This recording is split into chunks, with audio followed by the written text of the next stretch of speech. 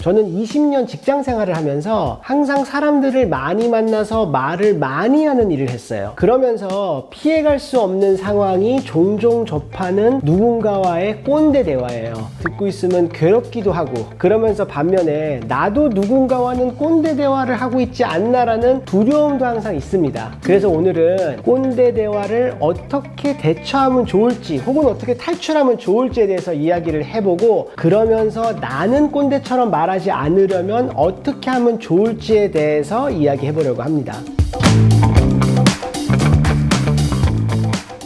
그럼 꼰대 대화 상황을 몇 가지로 나누어서 이야기를 해보고 대처법 그리고 방지법에 대해서 이야기를 해볼게요. 첫 번째 꼰대 대화 상황. 예를 들어서 우리가 모여서 어떤 영화 얘기를 하고 있는데 갑자기 어떤 분이 내가 어저께 등산을 갔는데 말이야 라고 얘기가 훅 들어오는 거죠. 그러면 갑자기 완전 갑분싸 상황이 만들어질 뿐만 아니라 이분은 다른 사람 이야기는 듣지 않고 자기 하고 싶은 말만 한다는 인상을 주어가지고 최악인 것 같아요, 이게. 이럴 때 대처법은 현실적으로 이분이 내 사회생활에서 얼마나 중요한 사람인지에 따라서 결정된다고 생각을 합니다. 이분이 나의 사회생활에 매우 중요한 분이라면 나도 빠르게 넘어오면 돼요.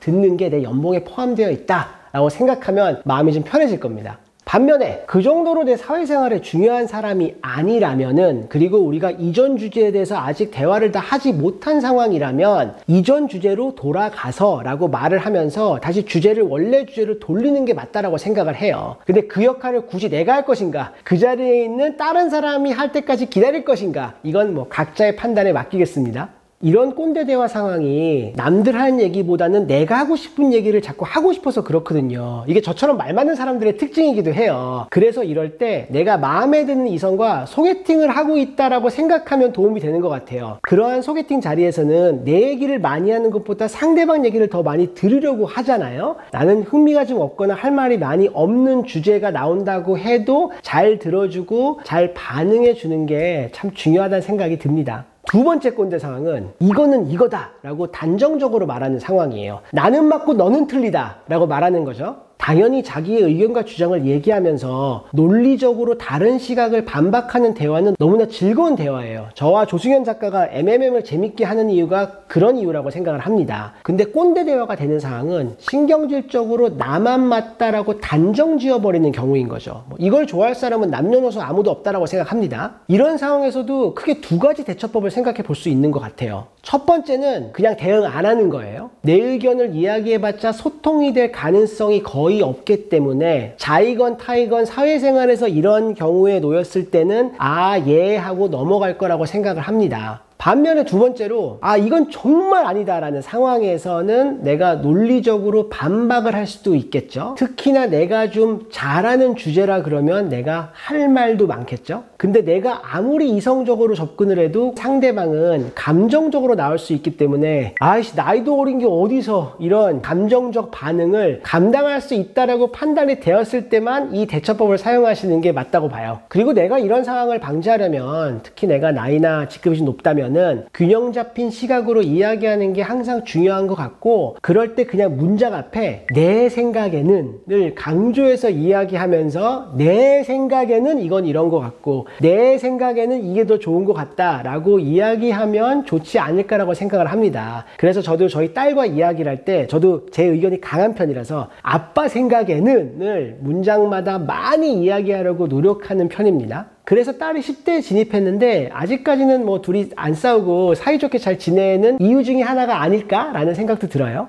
세 번째 꼰대 대화 상황은 지적질이에요. 우리가 꼰대하면 대표적으로 떠오르는 모습도 지적질이고, 맞대는 말이야 또 보통은 지적질과 이어지는 대화잖아요. 꼭 절대적인 나이가 많다 그래서 꼰대가 아니라서 젊은 꼰대들도 많잖아요. 그래서 저도 오래되었지만은 대학 시절에 아직도 기억나는 일들이, 어떤 선배와의 대화에서 고민 있냐 라고 물어봐서 고민 있다라고 하면은 조언으로 포장된 지적질이 마구마구 오고, 고민 없다라고 하면은 고민도 없이 산다라는 지적질이 오고, 이랬던 기억이 납니다. 이런 지적질에 대한 대처법은 일단은 그 지적에 내가 동의를 한다면 동의를 하면 돼요. 그런 지적은 지적질이라기보다는 좋은 피드백이거든요. 이런 피드백을 잘 받아들이는 거는 매우 중요하다고 생각합니다. 하지만 부당하거나 잘못되었거나 불쾌한 지적질은 다른 얘기예요. 이런 지적질은 그냥 예라고 넘어가기는 쉽지가 않습니다. 이럴 때도 상황을 두 가지로 나누어서 생각하면 좋아요. 첫 번째 상황은 이 부당한 지적질을 하는 사람이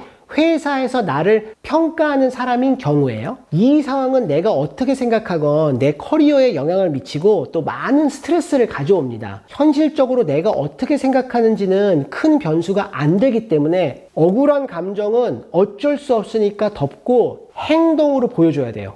예를 들어서 나를 평가하는 사람이 나는 문서 정리를 잘 못한다라는 지적질이 왔다. 그 다음부터는 문서 정리를 그냥 최대한 빡세게 하는 모습을 보여주는 게 현명하게 사회생활하는 방법이에요. 반면에 내 커리어에 크게 영향을 미치지 않는 사람에게서 온 부당한 지적이라면 반박할 건 반박하지만 그냥 그렇게 생각하시는군요 라고 크게 의미부여하지 말고 나는 나에게 중요한 일 하는 게 정답인 경우가 많은 것 같아요. 우리가 스트레스 관리 편에서도 얘기했지만 다른 사람의 오해는 다른 사람의 몫으로 맡겨두고 나는 나에게 중요한 일에 집중하는 게 멘탈 관리에는 필요한 전략이라고 생각합니다. 꼰대 소리를 듣는 또 다른 대표적인 상황이 웃긴 얘기는 남들이 웃어줘야지 웃긴 얘기예요. 웃긴 얘기를 하고 자기가 크게 웃어서 다른 사람들은 그렇게 웃기지 않은데 멋쩍어서 웃어주는 시츄에이션들 자주 접하시잖아요. 근데 이럴 때 특히 이 사람이 내 사회생활에 중요한 분이라고 하면은 그냥 웃어주는 게 현명한 사회생활의 방법이라고 생각을 합니다. 근데 억지로 웃는 웃음은 어색하고 티가 나거든요. 그래서 이런 상황에 어떻게 대처하면 좋은지 제가 좋은 방법 하나 알려드릴게요. 웃어줘야 되는 상황에서 웃음은 안 나오는 상황이라면 그 사람의 농담 포인트를 내가 한번 짚어주면 좋아요. 예를 들어서 방귀 뀌지 마를 영어로 돈가스라고 한다는 농담이 날라왔다고 해볼게요. 어이없기는 하지만 웃어줘야 되는데 웃음은 안 나오면은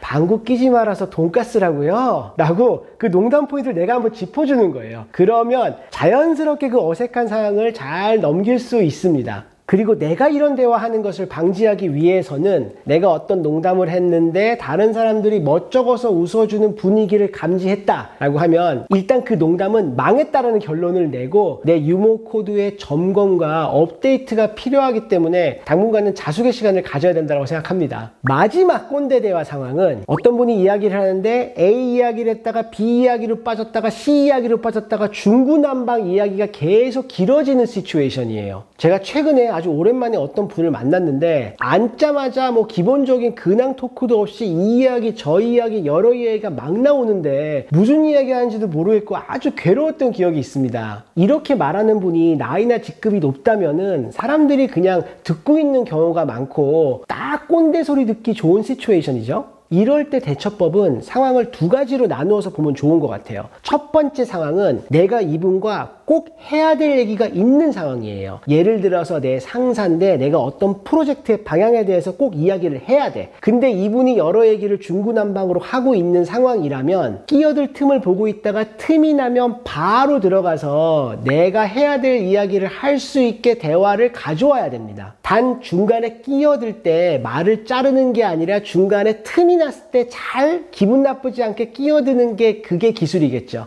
어차피 이렇게 중구난방으로 이야기하는 분들은 머릿속에서 생각이나 논리가 잘 정리가 안 돼 있는 경우가 많아서 그렇게 집중하고 들을 필요는 없어요. 그렇기 때문에 끼어들 틈을 잘 보고 있다가 대화 주도권을 갖고 와서 내가 해야 될 주제를 꼭 이야기하는 게 현명하다고 생각을 합니다. 반면에 나는 이분과 꼭 해야 될 이야기는 없는 상황이에요. 그러면 내가 크게 부담 가질 필요는 없기 때문에 적당한 선에서 대화를 마무리하고 자리를 뜨는 게 상책이라고 생각합니다. 자리를 뜨는 좋은 방법은 시간이 벌써 이렇게 됐네요 라던가 제가 다음 미팅이 있어서 같은 방법을 상황에 맞게 잘 활용하면 되겠죠. 그리고 내가 이런 대화를 하지 않으려면은 한 번에 항상 한 가지씩만 이야기를 하고 한 가지 이야기가 끝나면 내 말을 멈추고 상대방의 이야기를 들어야 될 것 같아요. 특히 저처럼 말 많은 사람들이 꼭 조심해야 될 부분이라고 생각합니다.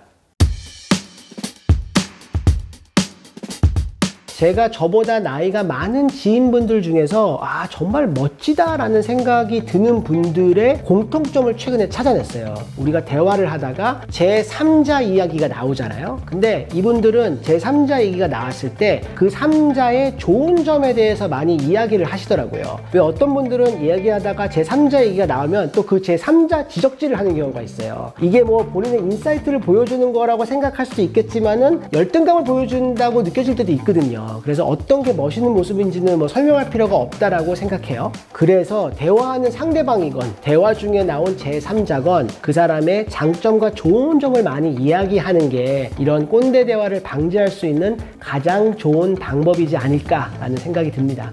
오늘 소개하고 싶은 아이템은 제가 최근에 MMM에서도 이야기했던 마우로 기엔 교수의 더 퍼레니얼스라는 책이에요. 이 책에서 작가는 한 사람의 인생이 태어나서 신나게 노는 유년기를 거쳐서 공부만 하면서 특히 내가 졸업하고 나의 직업을 찾기 위한 목적으로 공부만 하는 청소년기를 거쳐서 졸업하고 찾은 직장에서 계속 일만 하면서 은퇴만 바라보고 사는 성인기를 거쳐서 그냥 놀기만 하는 노년기로 사는 그 인생 프레임의 문제점을 이야기를 해요. 그러면서 이제는 기술이 발달해서 직업도 계속 바뀌고 의학이 발달해서 사람들이 더 오래 건강하게 사는 시대이기 때문에 커리어라는 것도 계속 나 자신을 리인벤트 발전시키면서 여러 커리어를 가지고 또 여러 커리어를 가지다 보니까 교육도 성인이 돼서도 계속 받는 뭐 lifelong learning이란 말을 썼거든요. 작가는 그렇게 커리어와 교육이 꼭 나이에 따라가지 않는 삶을 살아야 된다라고 얘기를 하고 그렇게 살면 다양한 세대가 함께 할 수 있는 자리가 많기 때문에 세대 간의 갈등도 많이 줄어드는 시대가 올 거다라고 얘기를 해요. 우리가 오늘 꼰대 얘기를 했는데 꼰대라는 것도 우리 시대의 세대 간의 갈등을 보여주는 표현이라고 생각합니다. 그런데 이렇게 다양한 세대가 많은 것을 함께 할 수 있는 시대가 온다라면 이런 꼰대라는 말도 없어지는 시대도 오지 않을까라는 생각도 해봅니다.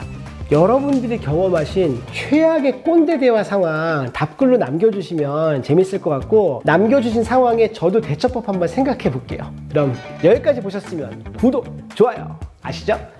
다음 시간에 뵙겠습니다. 감사합니다.